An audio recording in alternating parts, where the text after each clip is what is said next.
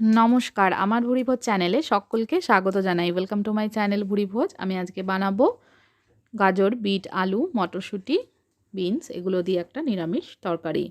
तार जोन्नो सब्जिगुलोके एइभाবে केटे निয়েছি। केटे निয়ে एबार एकटू नुन दिए एटाके सेদ্ধ करे निते हबे। दिए दिलाम नुन। एबार एर मধ্যে अल्प जल दिए सेদ্ধ करे निते हबे। जलटा जखन एटा सेদ্ধ होते शुरू करबे सब्जी थेके किन्तु अलरेडी अनेक जल बेरोबे। যতক্ষণ সেদ্ধ করছি পাশে ততক্ষণ একটা মশলা তৈরি করে নিচ্ছি। ভাজা মশলা এখানে দুটো শুকনো লঙ্কা নিয়ে নিয়েছি আর এখানে জিরে নিয়ে নিলাম 2 চামচ জিরে, গোটা জিরে বা সাদা জিরে নিয়ে নিলাম।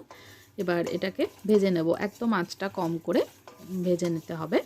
এবার এর মধ্যে দিয়ে দেব আমি গোটা গরম মশলা, একটু নেড়েচেড়ে নিয়ে এবার গোটা গরম মশলার মধ্যে এলাচ, দারচিনি, লবঙ্গ এগুলো রয়েছে। একদম আঁচটা কম করে 20 সেকেন্ড মতন ভেজে নেব। দেখুন এটা সেদ্ধ হয়ে গেছে, জলটা অনেকটা শুকিয়ে গেছে। জল যদি থেকেও যায় সেক্ষেত্রে জলটা কিন্তু তরকারিটা রান্না করার কাজেই ব্যবহার করব, সবজি সেদ্ধ করার জল কিন্তু ফেলবো না। এবার এর মধ্যে কড়াইতে সর্ষের তেল দিয়ে জিরে ফোড়ন দিয়ে দিলাম। জিরেটা একটু ভেজে নিয়ে এর মধ্যে আদা কুচি দিয়ে দিলাম। কুচনো আদা হাফ চামচ মতন দিয়ে অ্যাড করে একটু ভেজে নিতে হবে।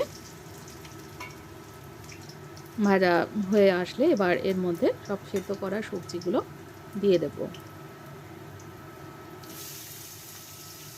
সমস্ত সেদ্ধ করা সবজি অল্প জল আছে এর নিচে, এটা শুদ্ধই কিন্তু দিয়ে দিচ্ছি। সবজি সেদ্ধ জলে কিন্তু অনেক ভিটামিনস মিনারেলস থাকে, তো অবশ্যই এটা ফেলবো না, তরকারিটা রান্নার কাজে লাগিয়ে দিতে হবে। আর যদি এক্সেস থাকে সেক্ষেত্রে আপনারা সেই জলটা দিয়ে ডাল বা তরকারি অন্য তরকারিতেও অ্যাড করতে পারেন।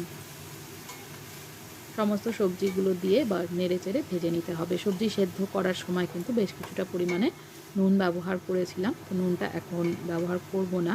একদম রান্না হয়ে আসার পরে এটা চেখে দেখে তবেই নুনটা অ্যাড করব। এবার ভালো করে মিশিয়ে নেড়েচেড়ে সবজিগুলোকে রান্না করে নিতে হবে। আমি তো এটা যেহেতু সেদ্ধ করেই রেখেছি, তো রান্না করতে কিন্তু বেশি সময় লাগবে না। আর সেদ্ধ করে নেওয়ার জন্য তেলটাও অনেকটাই কম লাগবে।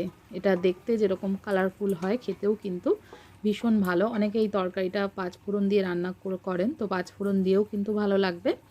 আমি এটা সাদা জিরে বা গোটা জিরে ফোড়নেই রান্না করলাম। এবার এর মধ্যে একটু কাঁচা লঙ্কা কুচি দিয়ে দিলাম। ভালো করে মিশিয়ে নিয়ে কাঁচা লঙ্কা কুচিটা দেওয়ার পরও আরও একটু রান্না করে নেব। তরকারিটা একটু মাখা মাখা হবে।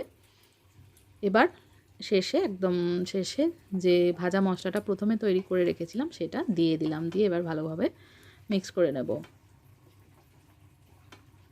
ভালো করে এটা মিক্স করে নিচ্ছি। এটা ভাত, রুটি, পরোটা এগুলোর সাথে খেতে পারবেন। ভীষণ হেলদি আর টেস্টিও ভীষণ হয়। ভাজা মশলা দেওয়াতে কিন্তু ভীষণ সুন্দর একটা ফ্লেভার আসবে। ভালো করে ভাজা মশলাটা মিশিয়ে নিলাম। মিশিয়ে নিলে এটা একদম তৈরি হয়ে যাবে। এতে কিন্তু আলাদা করে কোনো মিষ্টি ব্যবহার করছি না। গাজর, বিট এগুলো থেকে কিন্তু বেশ মিষ্টি মিষ্টি স্বাদ হবে তরকারিটার। আলাদা করে চিনি দিচ্ছি না, তবে সামান্য একটুখানি নুনের মধ্যে অ্যাড করলাম। নুনটা মিক্স করে নিচ্ছি। নুনটা মিক্স করে নিয়ে একদম শেষে এর মধ্যে একটু ধনেপাতা ছড়িয়ে দেব, তাহলে এটা একদম তৈরি হয়ে যাবে। চাইলে এর মধ্যে একটু গোলমরিচের গুঁড়ো আপনারা অ্যাড করতে পারেন, তবে আমি এখানে কাঁচা লঙ্কা কুচি দিয়েছি এবং শুকনো লঙ্কা দুটো দেওয়া রয়েছে, তার জন্য দিলাম না। তবে একটু ঝাল যদি বেশি ঝাল পছন্দ করেন সেক্ষেত্রে একটু গোলমরিচের গুঁড়ো অ্যাড করতে পারেন। এবার ধনেপাতা কুচোনোটা দিয়ে দেব। তরকারিটা একদম মাখা মাখা হয়ে এসছে, জলটা শুকিয়ে গেছে আর আলুগুলো গলে গিয়ে একদম একটা মাখা মাখা তরকারি তৈরি করেছে। ভীষণ সুস্বাদু হবে এটা।